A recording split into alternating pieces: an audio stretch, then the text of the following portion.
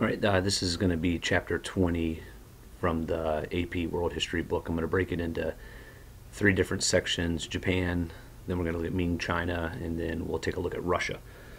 So the first section we're going to look at here is called Japan Reunification. And we're going to see three major changes: internal and external military conflicts, political growth and strengthening, and then expansion of commercial and cultural contacts. The first section of chapter 20 is titled Civil War and the Invasion of Korea from the years 1500 to 1603. In the 12th century, so that's the 1100s, Japan was ruled by daimyos and samurais. The daimyo fought a lot, and in 1592, the most powerful daimyo, Hideyoshi, led an invasion of Korea. 160,000 men from Japan went and attacked Korea, and this is going to bring them in contact with the Chinese also, because China had a big influence on Korea at the time. Japan defeated the Koreans and its Chinese allies, even though the Koreans had these turtle boats. So that's Hideyoshi, who led the attack on the Korean peninsula. The Koreans, the military advancement they had was called the turtle boats, and you could see it's definitely, it's not a submarine, but it's got a covered top, so it's enclosed like a submarine, and so this was to protect them from artillery fire from other boats and things like that. Hideyoshi died in 1598, and then Japan made peace with Korea in 1606.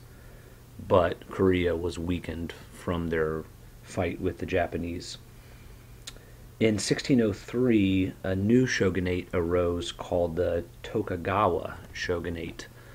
And this Tokugawa shogun is going to last until 1800. And so it was founded after some civil wars were fought in Japan. So founded in 1603. Loyal regional lords were given land close to the shogun capital, which was in central Japan. And other lords got land in the northern part of Japan, some in the southern part of Japan. The lords are going to be required to travel to the shogun capital in order to pay homage to the shogun who's leading Japan. One of the things that this is going to do is this is going to increase the economy in Japan because of the forced traveling that they're going to be doing. It's going to increase rice trade.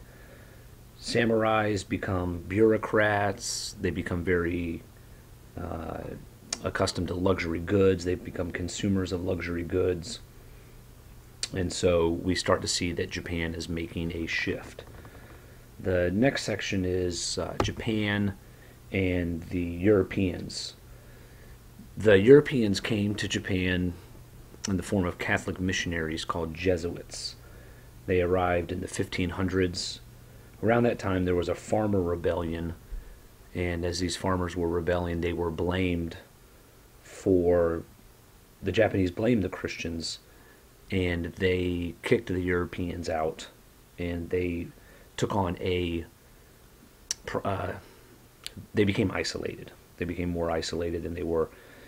Christianity was banned. Christians were banned from coming in. Foreign trade was confined to Nagasaki Bay only. And all Western books were banned. And so it was easy for Japan to isolate themselves because they were an island. Not only is it easy to isolate because they were an island, they had their population is a single ethnicity, so it's easy to decipher who is who. And also it's a small island, and so that makes it easier to control. And so some Dutch still came in to trade, but again, that trade was confined to Nagasaki Bay. Elite decline and the social crisis. Japan begins to grow during this time period. They grew more economically than they did in population. The Tokugawa Shogun accepted Confucianism. They got that from the Chinese. And keep in mind, this is the idea that agriculture should be the basis of the state, and merchants are looked down upon, and it's hard for them to move up. However, in Japan, because they were becoming so industrialized at this time, the merchants and other workers and things like that are going to be able to move up despite Confucianism. And so it's not going to be as strict as it was in China. The last thing for this section on Japan is it describes the tough transition that the Japanese had going from a going from a military society, samurai, into a civil society. And a story that sums this up really well is the story of the 47 Ronin.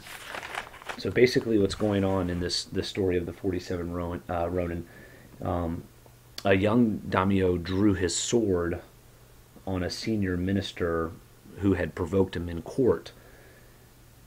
And because this was such an offense, the daimyo had committed seppuku, which is this ritual suicide. And so his 47 followers, these Ronin, they became these, what they referred to themselves as the masterless samurai. And so, according to samurai law, they are obligated to avenge the death of their master.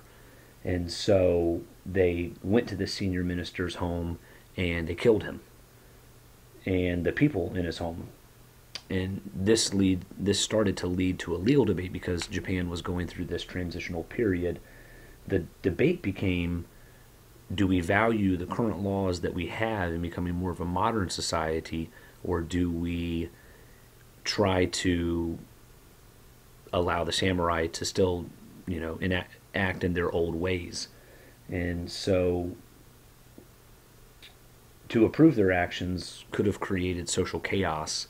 So the solution that they came to was that these guys had committed murder, but instead of executing them, they would let these samurais die honorably. So they also committed seppuku. And so the main point of this story is it's showing that the traditional samurai values had to surrender to the supremacy of the law. And so that's what's covered in chapter 20 as far as Japan is concerned. Stand by for another video on Ming China and one on Russia.